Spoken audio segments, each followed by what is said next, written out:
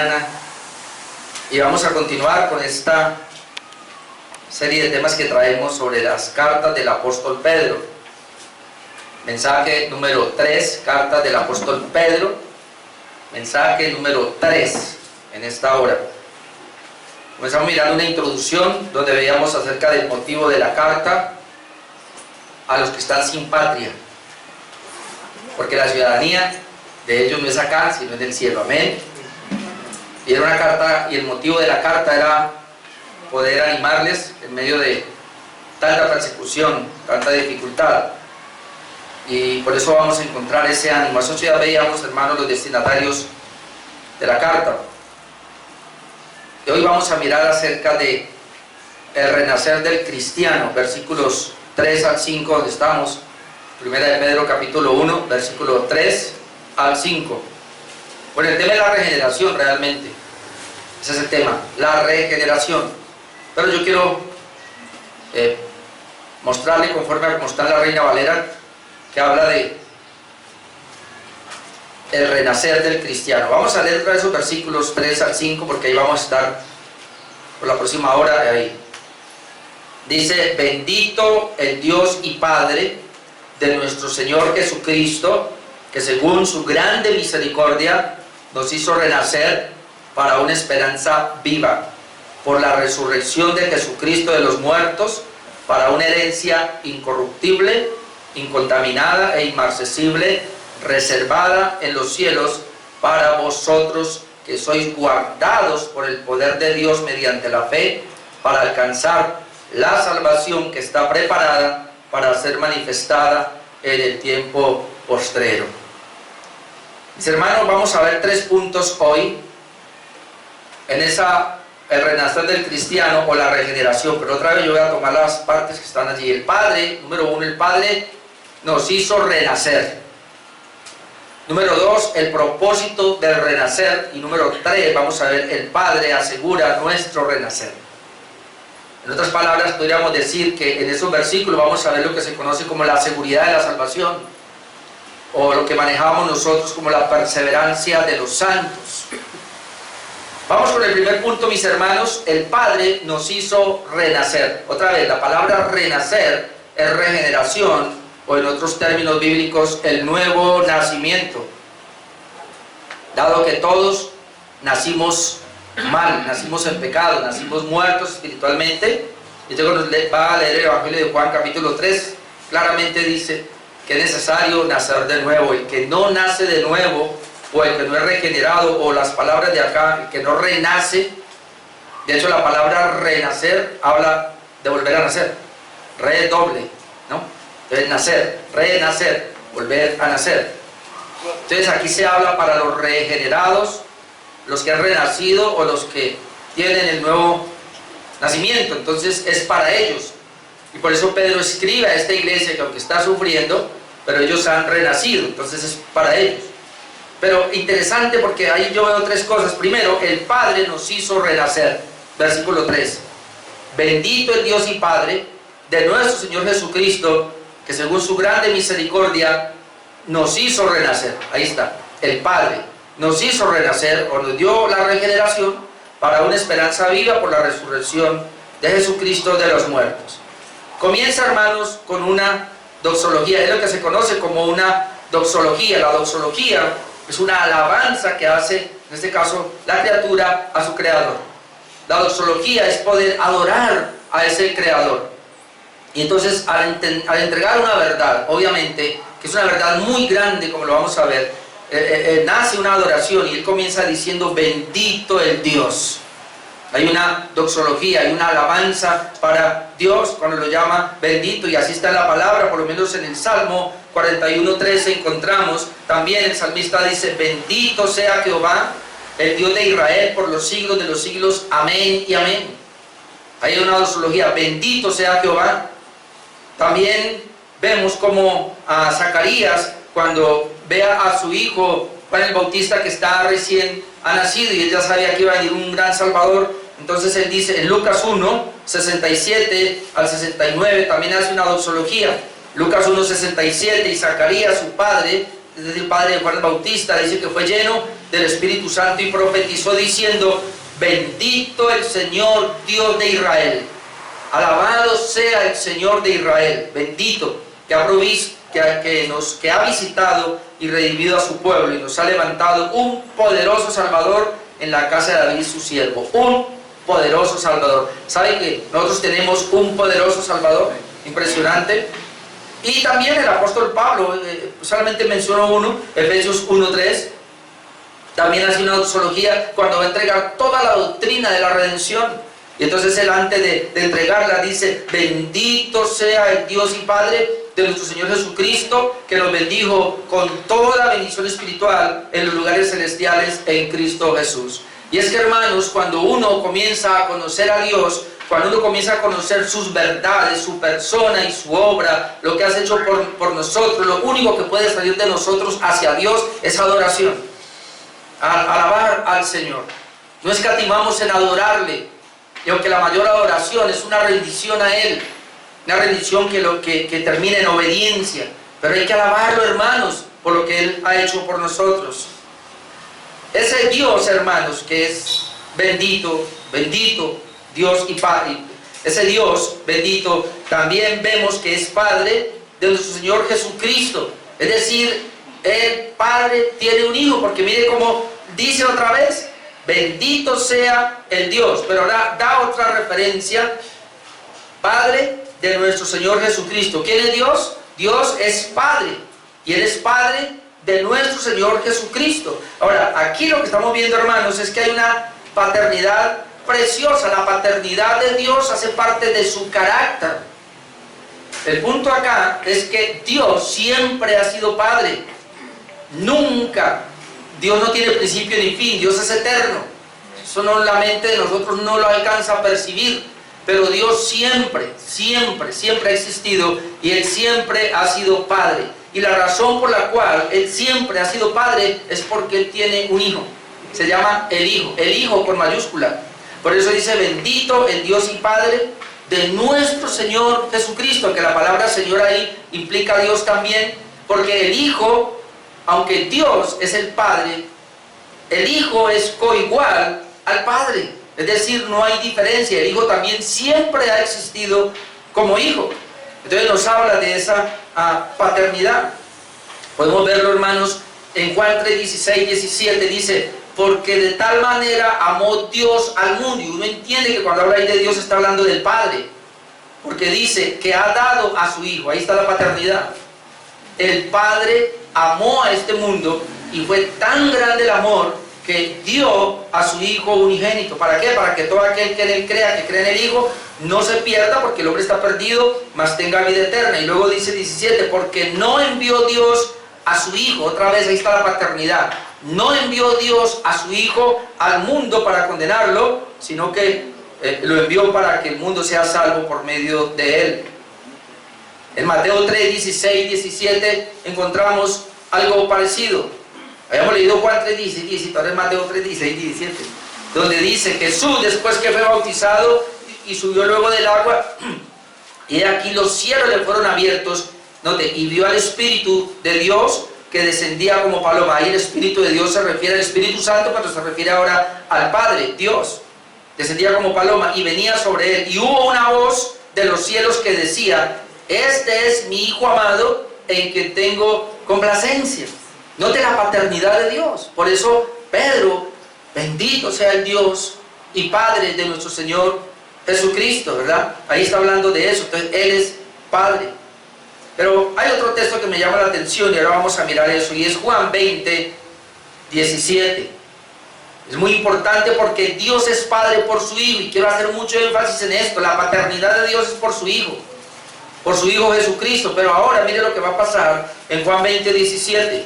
Jesús le dijo, creo que fue a María, o a Marta, no recuerdo, bueno, no me toques, porque aún no he subido a mi Padre. Note lo que le dicen: no me toques. Él acababa de resucitar, y ahí está María, porque había varias mujeres allí, pero está María. Y él le dice: no, ella se quería tirar a los pies de Jesús a abrazarle. Y le dice: no me toques, porque aún no he subido a mi Padre. Ahora note: mas ve a mis hermanos. ¿Cómo los llamó? Hermanos. No he subido a mi Padre, mas ve a mis hermanos. Y miren lo que dice ahora. Y diles, subo a mi Padre y a vuestro Padre.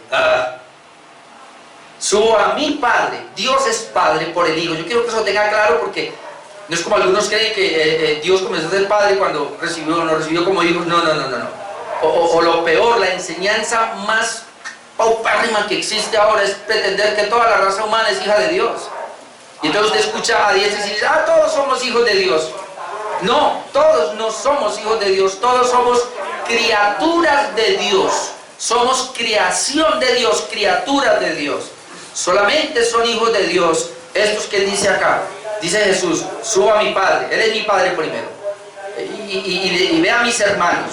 ¿Quiénes son mis hermanos? Los que me han seguido, los que creen en mí. Ve a mis hermanos y diles, subo a mi Padre y a vuestro Padre, a mi Dios y a vuestro Dios. Así que aquí comenzamos a ver que esa paternidad, aunque es para Jesucristo, bendito sea el Dios y Padre de nuestro Señor Jesucristo, se extiende ahora a los que creen en Jesús, se extiende ahora al pueblo de Dios. La gran pregunta es, ¿y cómo es que llegamos a ser hijos de Dios?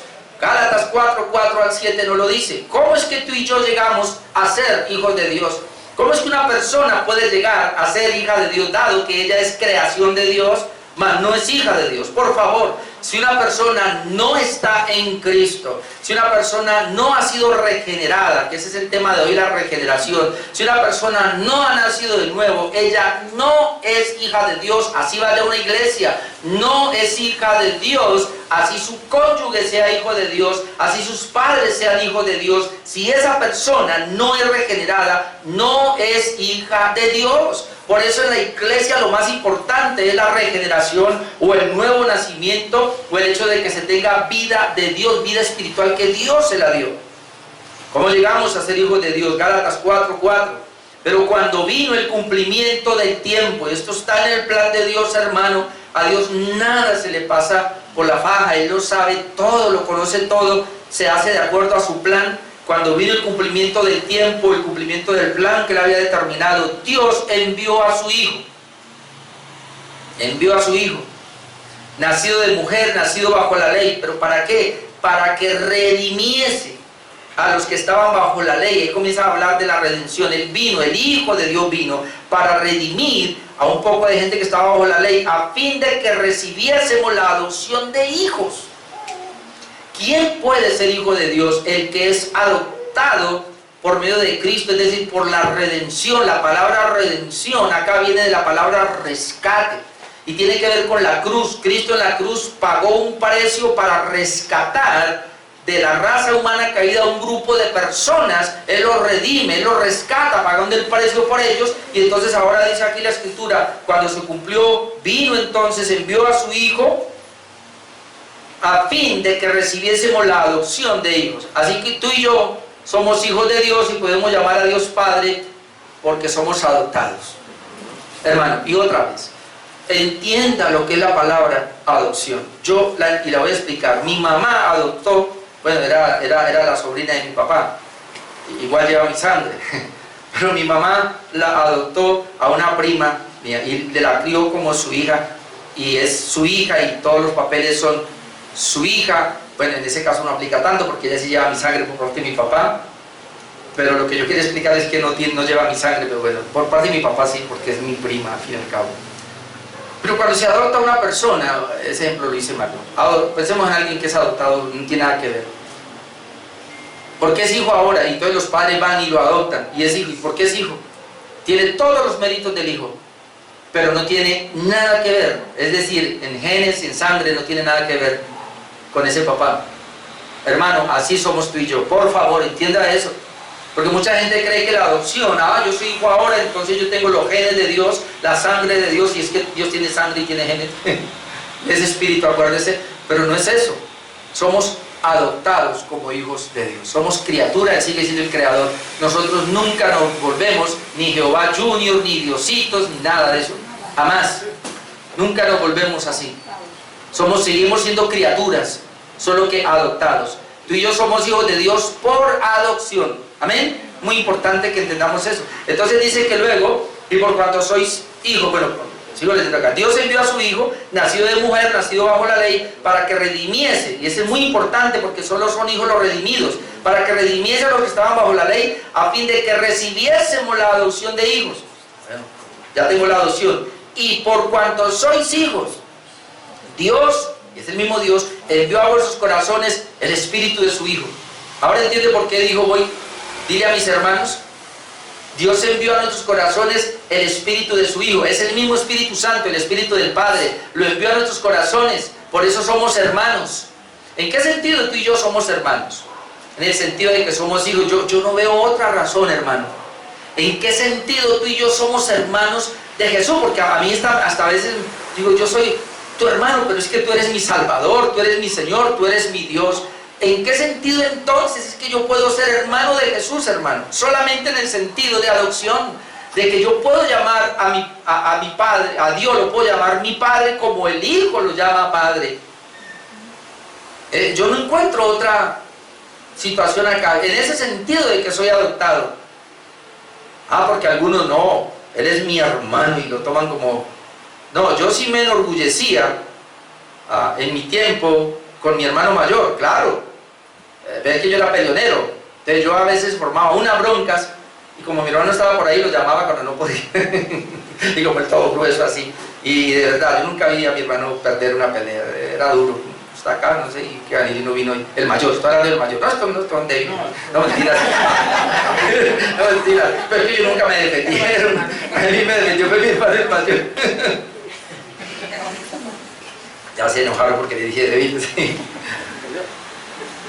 Y por cuanto sos hijos, Dios envió a vuestros corazones el espíritu de su Hijo. Ahora note, con ese espíritu el cual clama, Abba Padre. Esa palabra Abba es interesante porque son términos familiares para llamar ahora a Dios. ¿Usted se imagina? Eso siempre me aterra. El Dios, el Señor que hizo los cielos y la tierra, yo soy una simple criatura.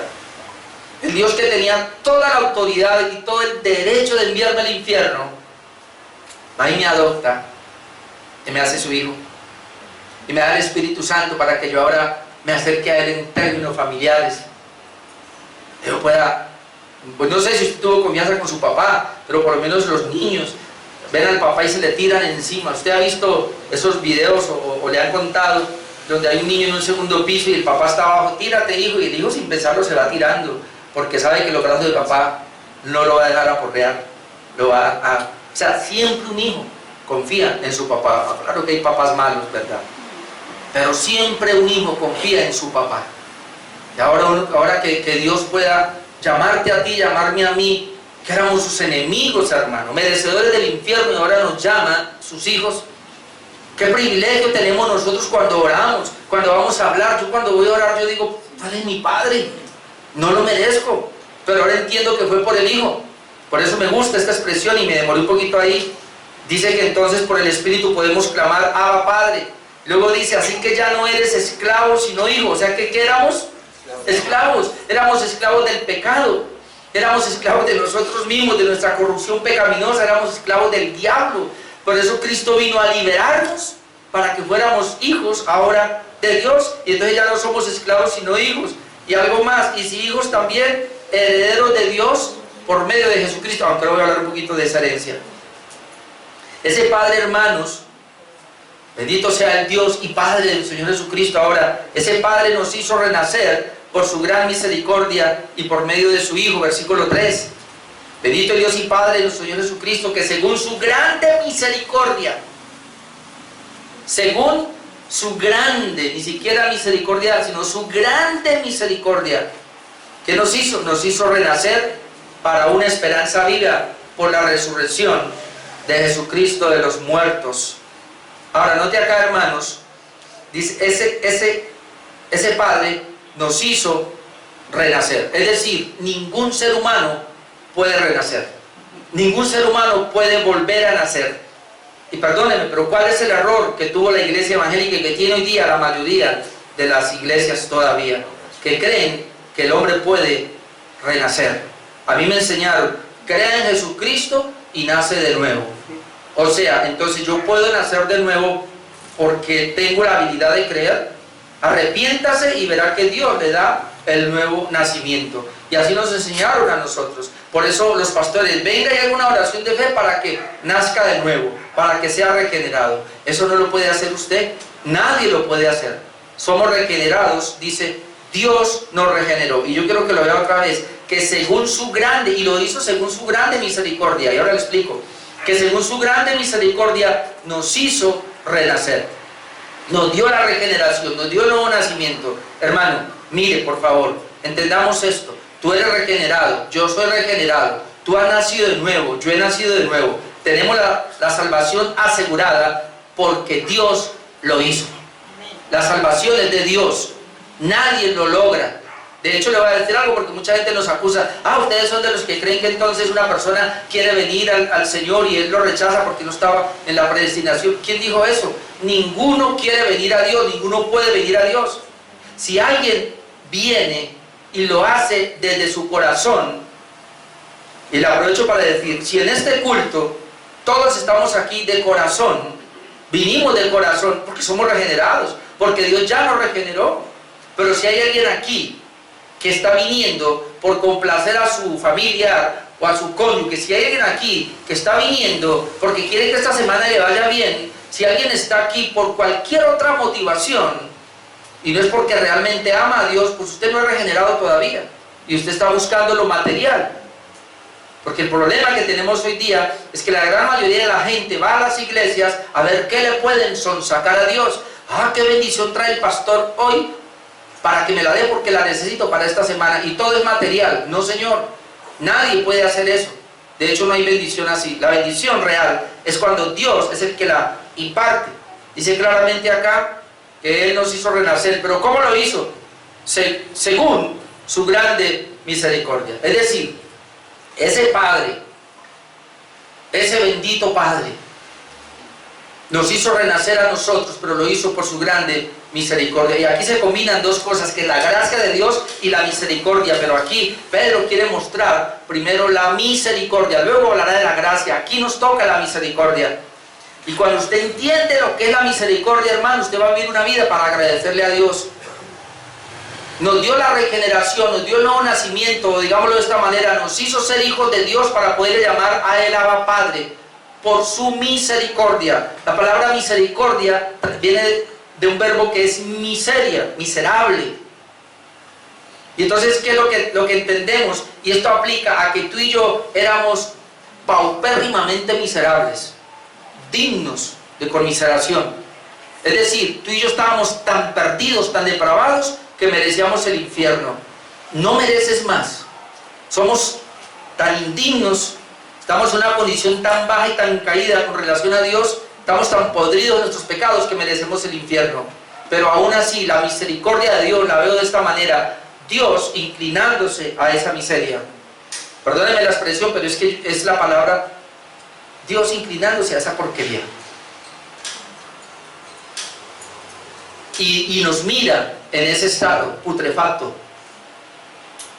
Y lo que pudiera haber hecho Dios al ser justo era cogernos y enviarnos al infierno por toda la eternidad. Porque nuestro estado putrefacto y de miseria radicaba en el punto de que odiábamos a Dios, de que no lo amábamos y no queríamos las cosas de Dios. O a Dios mejor. Pero Dios dice: a pesar de esa condición, yo voy a ir a ti. Y ahí viene la gracia, y te voy a sacar de ese lugar. Misericordia es esa, y te voy a sacar de ese lugar. Y no te voy a enviar al infierno, que es la misericordia. No te voy a dar lo que tú mereces, sino que te voy a sacar y te voy a dar mi gracia. Es decir, te voy a sacar de ese estado y te voy a dar lo que tú no mereces. Que la gracia y la misericordia van de la mano. Yo lo entiendo de esta manera. Misericordia es que no me pagó de acuerdo a lo que yo soy, a lo que yo merezco. ¿Cuál es la misericordia? Él no te envió al infierno. ¿Cuál es la misericordia de Dios? Mira lo que voy a decir. ¿Cuál es la misericordia de Dios? Que Dios te regeneró. ¿Cuál es la misericordia de Dios para tu vida? Que te hizo renacer. Si Dios no te hubiera hecho renacer, porque eso está en Él, si Él no te hubiera dado vida, si Él no te hubiera regenerado, Él no hubiera tenido de ti misericordia. ¿Sabe qué iba a tener de ti? Justicia. Y te iba a enviar al infierno a que pagaras toda la ofensa que hiciste a Dios. Desde que nacimos ofendiendo a Dios. Toda nuestra vida lo único que hemos hecho es ofender a Dios. Pero ¿cuál es el problema? Llegamos a las iglesias religiosas de hoy día y nos dicen, Dios te ama tal y como eres. Eso es una vil mentira. Dios no ama a la gente tal y como es. Si Dios amara a la gente tal y como es, no la regeneraría, no le daría nueva vida. Y esa es la misericordia. Ahí dice grande. Dice que bendito Dios y Padre de nuestro Señor Jesucristo, que según su grande misericordia, que ya le expliqué, es tan grande porque Él se inclinó. La misericordia es inclinándose.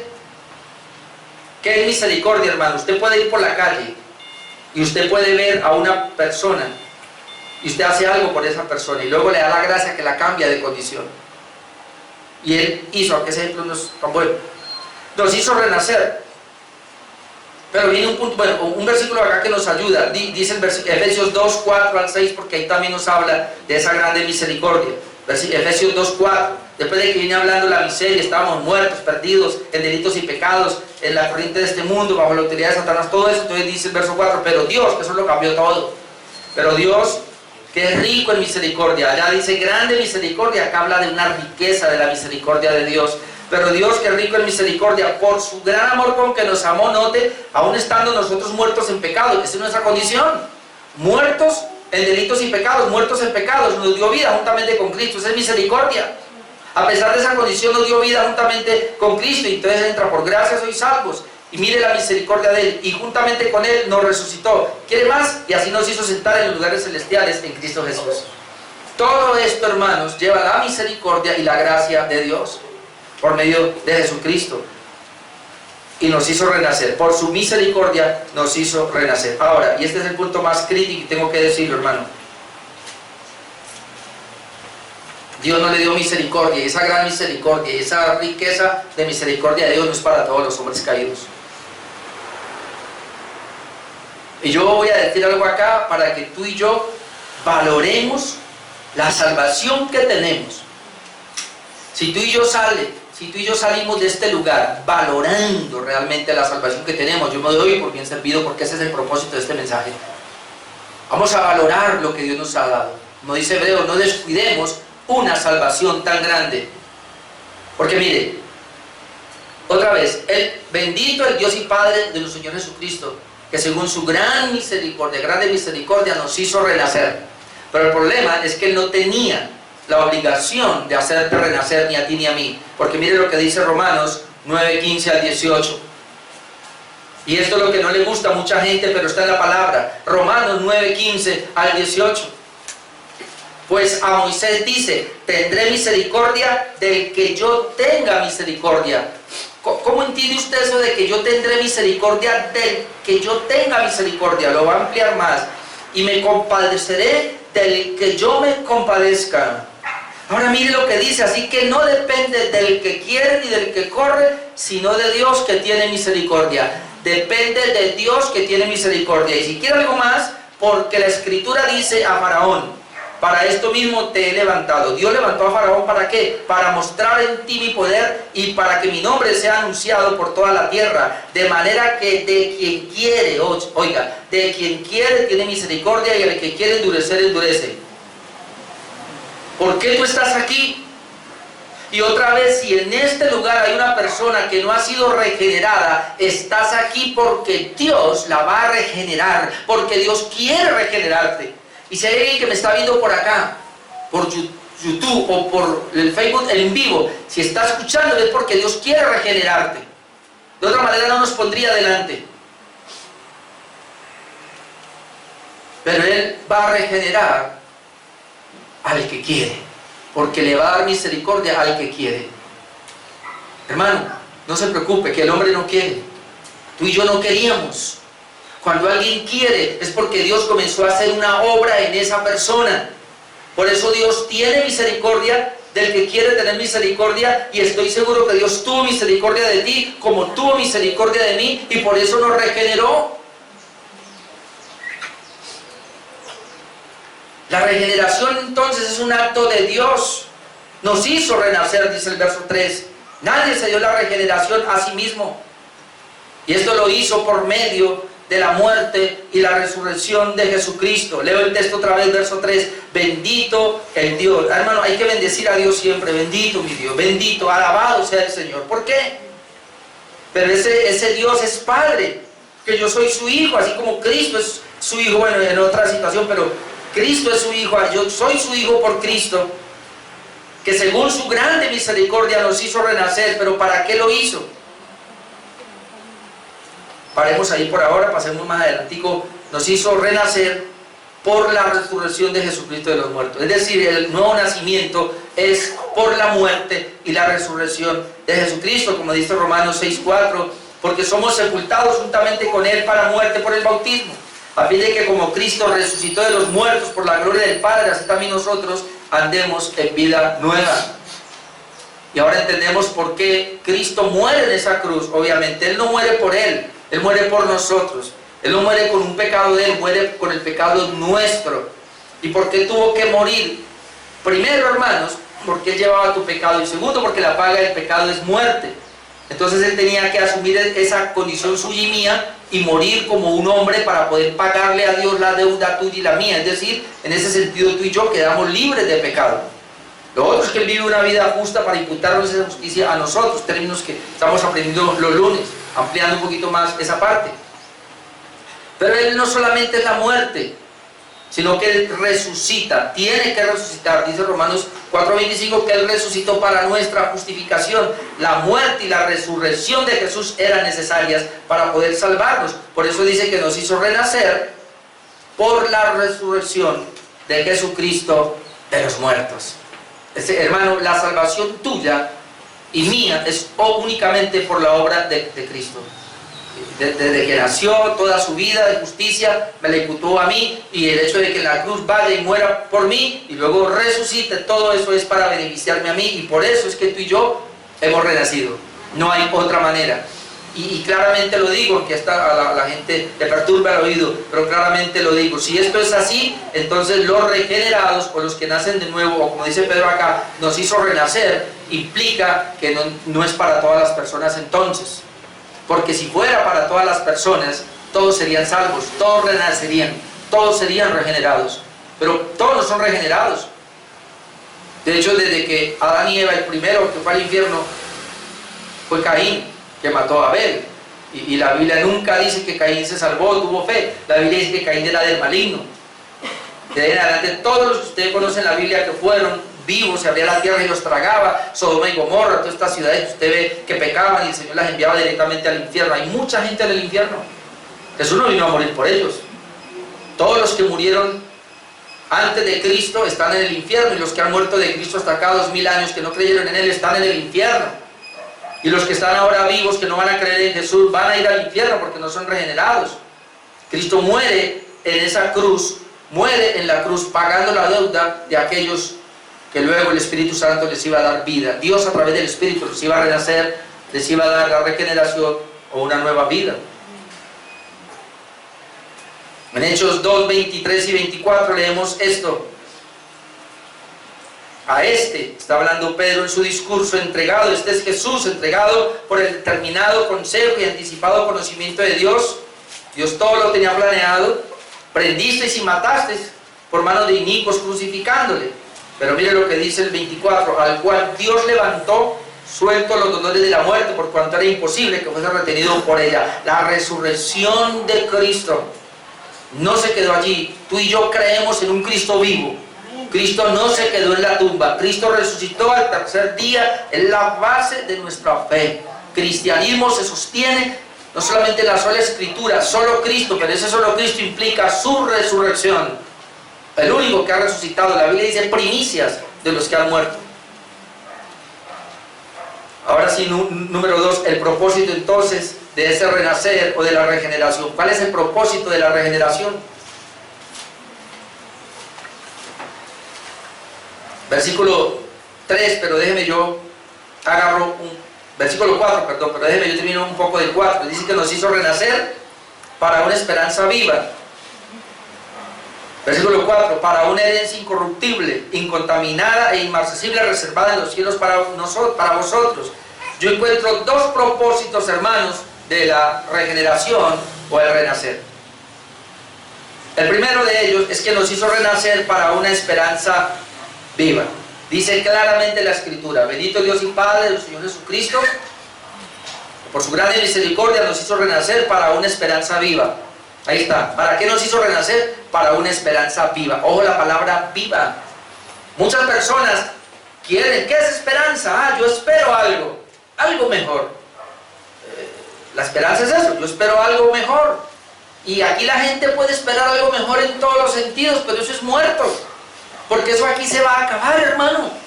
La vida suya va a acabar, el mundo va a acabar en cualquier momento, eso es temporero. Así que cualquier esperanza que usted tenga, pudiéramos catalogarla como muerta. Pero Pedro aquí nos dice, es una esperanza viva, la primera, o por lo menos aquí propósito de la regeneración o del nuevo nacimiento, es que Él nos hizo renacer para que tuviéramos una esperanza viva. Y ahí nos vamos a dar cuenta cuál es ese tipo de esperanza. Solo los que son regenerados tienen una esperanza viva, los incrédulos no. Mira lo que dice Romanos 5, 3 al 5. Romanos 5, 3 al 5 nos dice, y no solo esto, es decir, de que tenemos paz para con Dios, sino que también nos gloriamos en las tribulaciones, sabiendo que la tribulación produce paciencia, y la paciencia prueba, y la prueba esperanza. Y entonces dice acá, y la esperanza no avergüenza. Esa es una esperanza viva, ella no avergüenza, porque el amor de Dios ha sido derramado en nuestros corazones. Mire lo que dice Tito 2, 11 al 14. Tito 2, 11 al 14, porque la gracia de Dios se ha manifestado para salvación a todos los hombres, enseñándonos que, renunciando a la impiedad y a los deseos mundanos, vivamos en este siglo sobria, justa y piadosamente. Note el 13, aguardando la esperanza bienaventurada. ¿Cómo le llama aquí? Esperanza bienaventurada.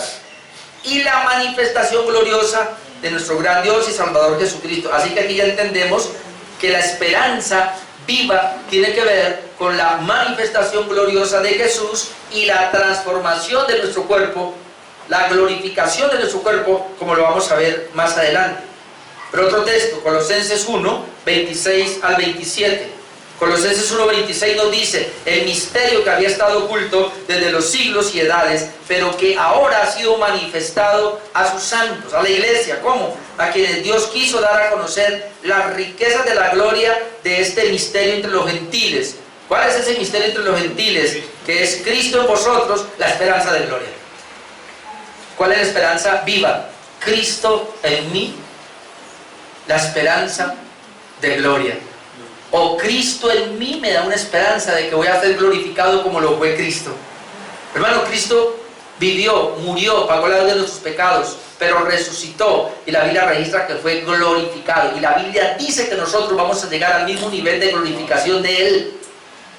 Así que la esperanza tuya y la esperanza mía de tener la redención, de tener la regeneración, es que no se queda acá, de que aún ese cansancio suyo, esa enfermedad suya, esa debilidad suya y aún esa muerte suya y mía, esto va a quedar aquí porque el Señor nos va a transformar, nos va a llevar a la gloria del Hijo. Porque el Hijo fue glorificado, el Padre glorificó al Hijo y el Padre va a glorificar también a los hijos. Tú y yo tenemos esa esperanza, hermano.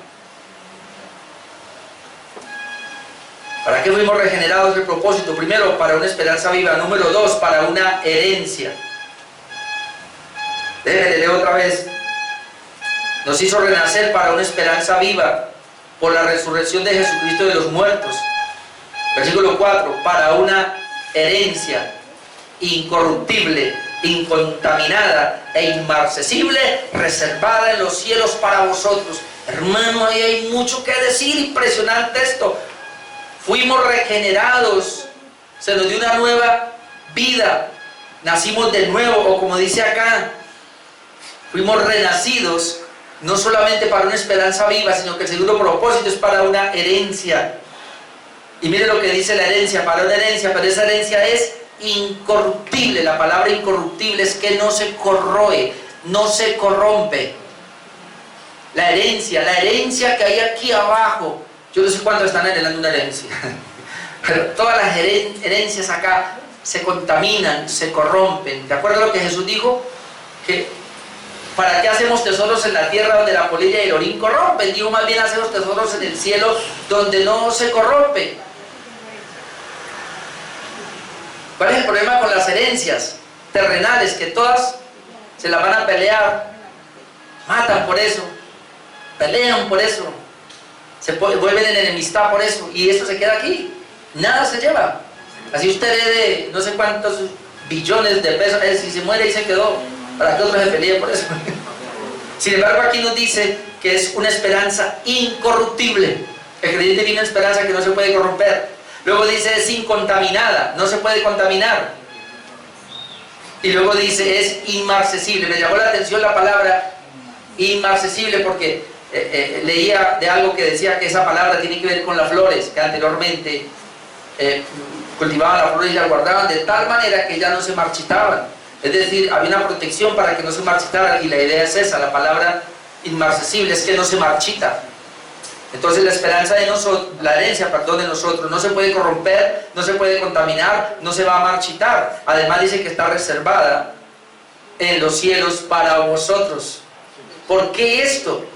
Porque es, hermano, el resultado del renacer. El Señor nos dio un nuevo nacimiento. Además de que lo hizo, ya dijimos, por la gracia, por la misericordia de Dios. Además de ya lo hizo por la muerte y resurrección de Jesucristo. Ahora nos está diciendo que lo hizo con un propósito de que nosotros tuviéramos una esperanza viva, y parte de esa esperanza viva está con la herencia que se nos da.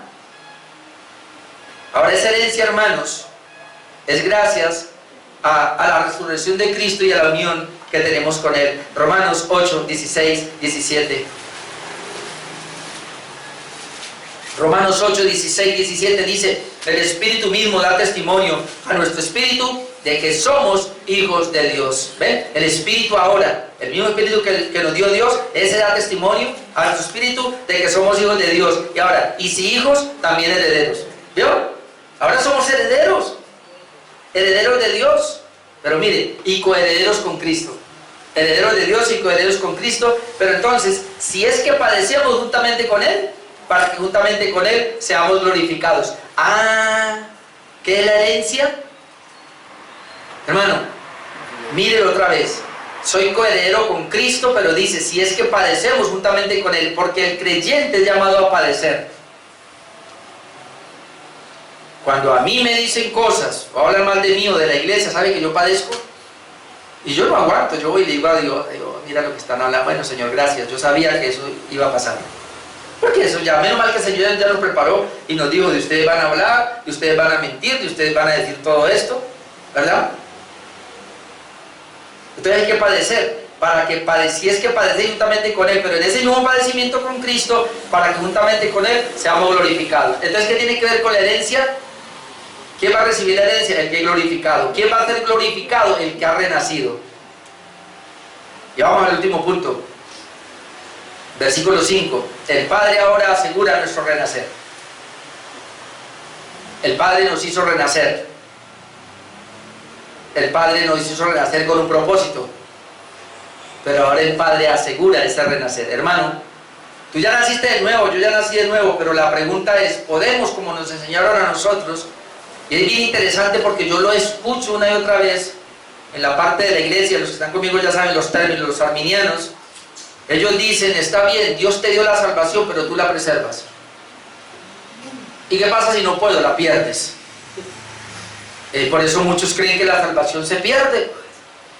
Esta iglesia no cree así, porque la Biblia no nos enseña así. La Biblia nos enseña que al que Dios salvó, salvo para siempre. Vuelvo y lo aclaro. Yo sí creo en salvo, siempre salvo. Pero no en el malentendimiento del libertinaje, sino en el entendimiento correcto bíblico. Yo no creo que una persona sea salva, siempre salva, cuando ella entiende la justicia, pero no camina en santidad, no entiende la santidad, y vive como el diablo, y hace lo que quiere en este mundo, y aún así dice que es salva, que es hija de Dios. Eso es incorrecto. Yo creo en la salvación, en el salvo, siempre salvo, en aquel que tiene la justificación correcta en su vida, pero a consecuencia camina en una vida de santidad, de perseverancia de los santos. La perseverancia de los santos solo es posible en aquel que realmente es salvo. Cuando Dios determinó salvar a una persona, esa persona es imposible que se pierda. Hay muchos pasajes, pero quiero que miremos este, versículo 5.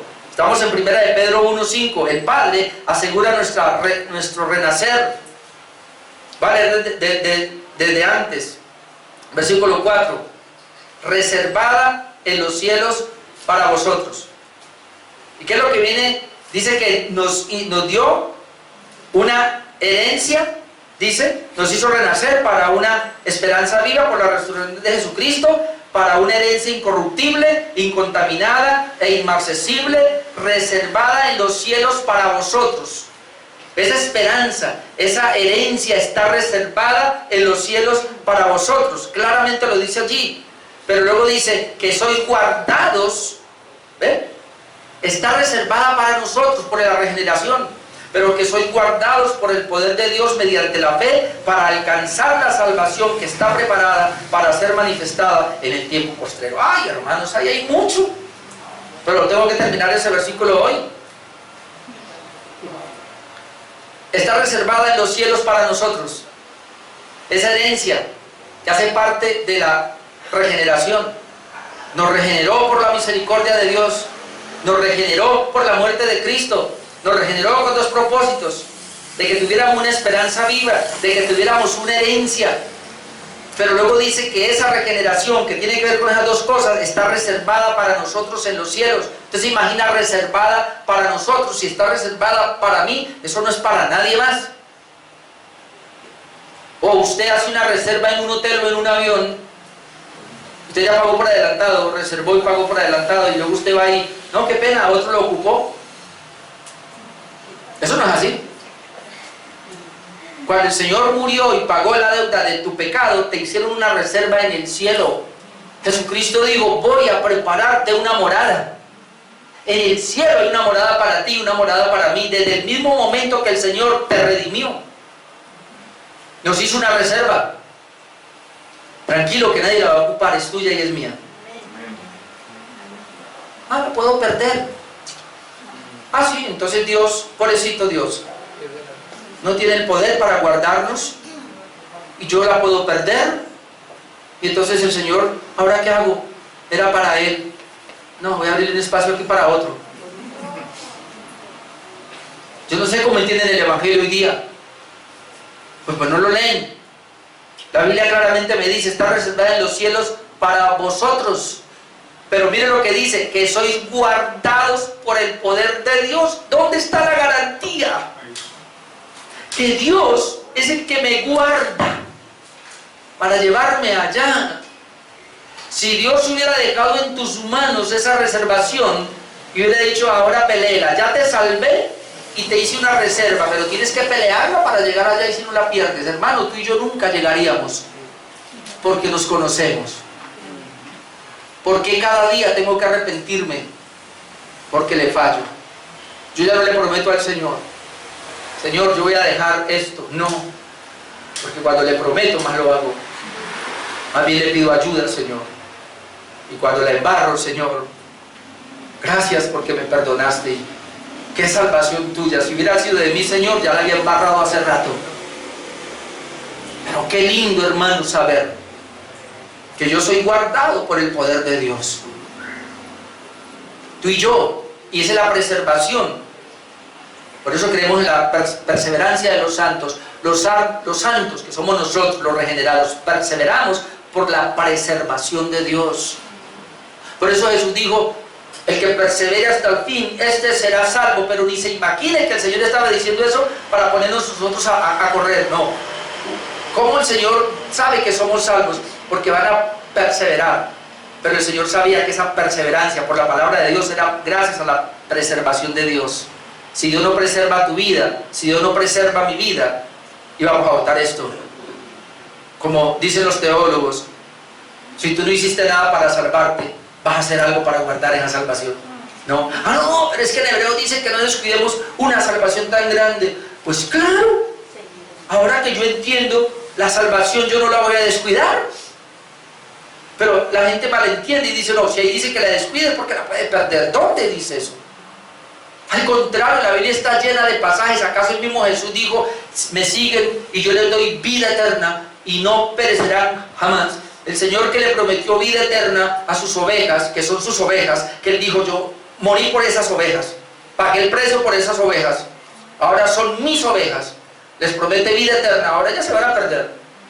Y dice, eso está en Juan, me está acordando, está en Juan 10, 27, 28, y luego dice el Señor, el 29, dice, y yo las tengo en mi mano, y nadie las puede arrebatar de mi mano, y mi Padre las tiene en su mano, y nadie las puede arrebatar de la mano de mi Padre. Y leyendo a un arminiano, dice, sí, eso lo dice el Señor, pero usted se puede soltar de la mano del Señor. ¿Sabe cuál es el punto acá? ¿Sabe por qué?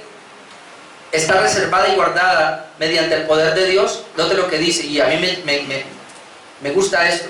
Yo les he dicho lo de una niña, y creo que aquí Samantha es fácil con el padre. Van a pasar la calle,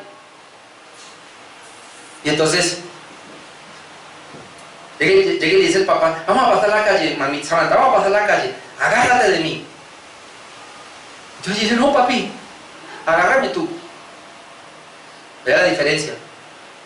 Si Samantha se agarra del papá, ella lo puede soltar, pero si el papá la agarra, no la va a soltar. ¿Por qué somos preservados? Porque a ti y a mí me agarró el Padre. Tú no lo agarraste a él. Si tú lo hubieras agarrado, tú te sueltas. Ahí no dice la palabra, se lo está inventando, no Señor. Esa herencia está reservada en los cielos para vosotros, que sois guardados por el poder de Dios. Mire lo que dice Judas 1:24 y 25. Hay muchos, pero solo este de Judas que me fascina. Cómo termina Judas con una doxología. Y esa doxología la hace precisamente por este entendimiento que él tiene. Judas 1, porque tiene uno solo. 24. Y a aquel que es poderoso para guardarnos sin caída. Y alguien dice, pero ese se cayó. Usted se puede caer temporalmente. La mayoría de los teólogos dicen que la fuerza aquí es una caída al infierno, es una caída eterna. Eso no quiere decir que eventualmente nos podamos caer, pero caer temporalmente. O alguien aquí no ha aflojado. Yo me he aflojado muchas veces. Usted también se ha aflojado. Ahora, la promesa aquí, aquel que es poderoso, note cómo está, para guardarnos sin caída. ¿A qué caída se referirá? El contexto lo dice, y presentarnos sin mancha delante de su gloria con gran alegría. Eso es, Él no nos va a dejar caer eternamente. Es decir, no nos va a dejar perdernos de la herencia, de la salvación que nos entregó. Luego dice, al único y sabio Dios, nuestro Salvador, sea gloria y majestad, imperio y potencia, ahora y por los siglos de los siglos. Amén. Es decir, siempre que pensamos en esta obra de Dios, hermano, el salvo solo brota adoración y brota alabanza. En esta parte, hermano, se refiere a la última etapa de la salvación. Se conoce como la perfección de los salvos, la última etapa. Y aquí voy a hacer énfasis en algo, hermanos. Es que la Biblia menciona 5 etapas de la salvación y menciona 3 aspectos de la salvación. Eso lo encontramos en la Biblia, para que entendamos esa salvación. ¿Se acuerda de las 5 etapas de la salvación? Siempre se lo recuerdo para que nunca lo olvide. Primero, tú y yo fuimos salvos en la eternidad. Eso se conoce como la predestinación. Él nos predestinó para ser salvos. Desde el momento que nos predestinó, hermano, ya las demás aguantan. Las 4 aguantan. Luego, ¿cuándo fuimos salvos? Fuimos salvos en la predestinación. A los que antes conoció, a esos los predestinó. Ahí ya el que predestinó el Señor, ese ya es salvo. Luego en el tiempo, Cristo murió por los que predestinó, es decir, en la segunda etapa, con la muerte de Cristo pagando la deuda. Pero hay una tercera etapa, cuando tú y yo creímos, o cuando tú y yo nos arrepentimos. Y esa es la tercera etapa. Imagínense que usted y yo recibimos la salvación, pero ya habían pasado 2 etapas. Tú no estuviste en ellas. Por eso es que esta salvación es de Dios. Cuando tú fuiste regenerado, como estamos hablando ahora, cuando tú y yo renacimos, ya habían pasado las 2 primeras etapas. Y por eso fue que renacimos, porque el Señor nos había predestinado y ya había muerto por nosotros. O es que el Señor va a morir ahora por alguno, o es que el que se arrepiente ahora apenas el Señor va a morir por ellos. Es impresionante cómo la iglesia cree hoy día. Pero la gente cree todavía que Cristo está por ahí derramando sangre. No, impresionante. Pero si una persona ahorita cree en Jesús, ella recibe la salvación que ya había sido predestinada y que ya Cristo había muerto por él. Es la tercera. ¿Y cuál es la cuarta? Estamos en la cuarta. Estamos siendo salvos ahora. ¿Y cuál es la quinta? La glorificación. Entonces ahí están las 5 etapas de la salvación, pero también hay 3 aspectos de la salvación. ¿Cuáles son los 3 aspectos de la salvación? Que la salvación tiene que ver con un tiempo pasado, un tiempo presente y un futuro. ¿Cuál es el pasado? La justificación. ¿Por qué el pasado? Porque ¿cuándo fuiste tú justificado? Usted dice que cuando creyó. Ese fue el medio. Realmente, ¿cuándo fue justificado? Cuando Cristo murió en la cruz. Hermano, ¿cuándo usted fue justificado? Cuando Cristo vivió una vida pura, perfecta, porque esa justicia se le imputó con el tiempo. Pero Cristo murió pagando la deuda, esa es la justicia. Entonces eso es pasado. Tú y yo fuimos justificados en un periodo pasado. Pero hay uno presente. Y nosotros, entonces se aplica ahora. Cuando usted entonces fue salvo, está siendo salvo en el presente, hermanos, se conoce como la doctrina de la santificación. Ese es el aspecto pasado, tú fuiste salvo en la justificación, el aspecto presente, tú estás siendo salvo en la santificación. ¿Y cuál es el futuro? Vamos, teólogos, en la glorificación. No somos salvos todavía. Vamos a ser salvos.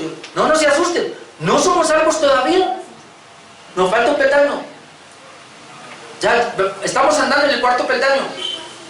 Nos falta uno. Cuando lleguemos a ese peldaño que es la glorificación, somos salvos plenamente. ¿Sí ve cómo la Biblia y los teólogos han definido esto? Porque la Biblia lo enseña de esa manera.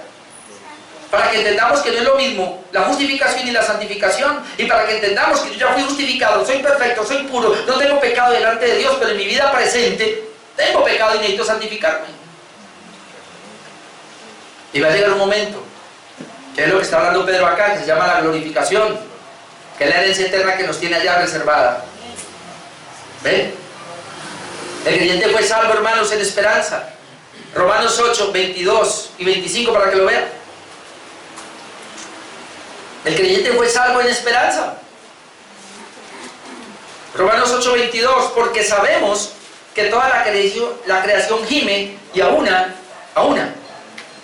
está con dolores de parto hasta ahora. Y no solo ella, Romanos 8, 23, y no solo ella, sino que también nosotros mismos, note, que tenemos las primicias del Espíritu. Ya nos dimos cuenta, tener las primicias del Espíritu se ha regenerado.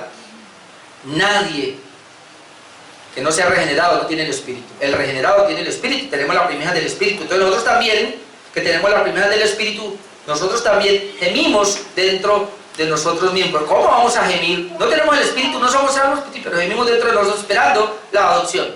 ¿Cómo? ¿Ya nos fuimos adoptados? No, espérese, siga leyendo.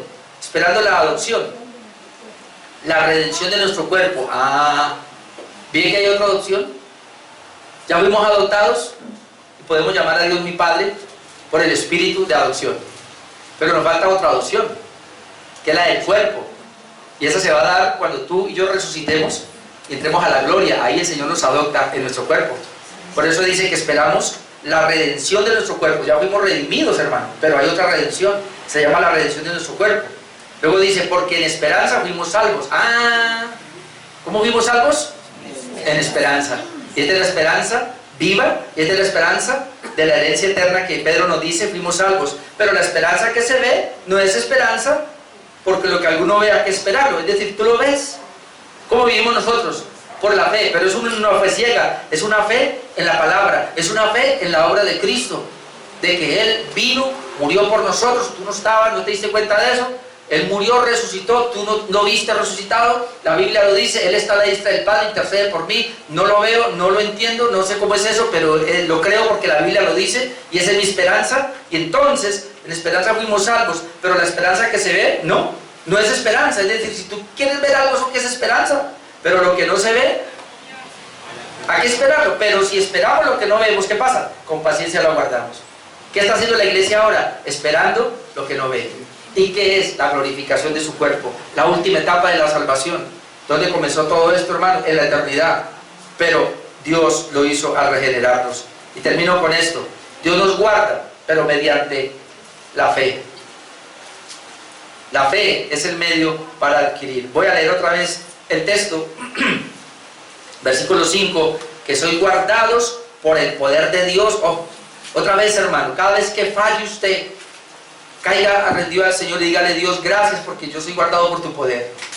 Y aquí es donde me doy cuenta que no es por mí. Por eso hoy día, ¿cuántas personas, hermano? Yo era así, pensaba que porque ayunaba, que porque oraba, que porque vigilaba, yo ya tenía algo, ya me creías algo. No, hermano, no nos creamos. Tú sin el poder de Dios no eres nada. Y si lo eres, es solo por Dios.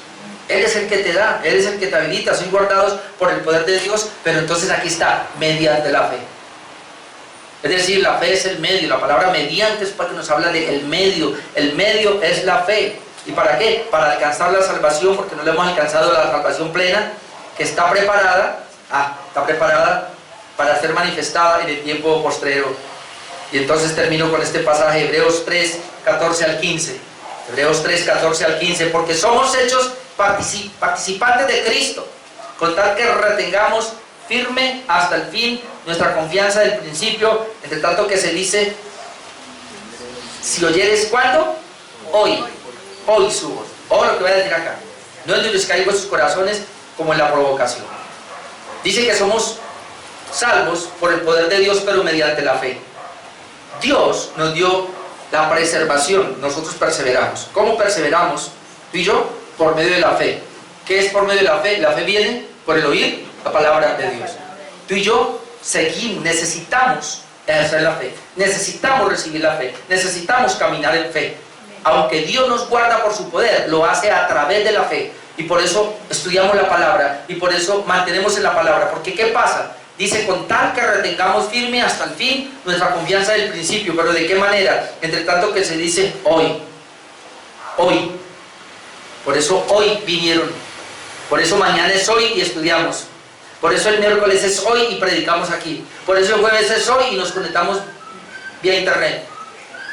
Por eso todos los días es hoy y hay que estudiar la palabra. Es hoy, hermano. Porque si no lo hace hoy, corremos el riesgo de endurecer nuestro corazón, como en el tiempo de la peregrinación en el desierto de Israel. Hermano, ese hoy implica el medio, es la fe.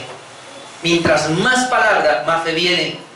Y entonces usted más va a ser preservado por Dios. Ahí donde está la soberanía de Dios en la salvación, pero la responsabilidad en nosotros de sostenerla, de mantenerla. Otra vez, tú no la sostienes, la tiene Dios porque la preserva, pero lo hace por el medio es la fe. Necesitamos la palabra, por eso lo necesito y tú me necesitas aquí, cada que hay reunión. Amén. La iglesia no es porque a alguien le gustó, porque queremos vernos, por vernos. No, hermanos, hay una bendición el poder congregarnos, y es alimentarnos en la fe.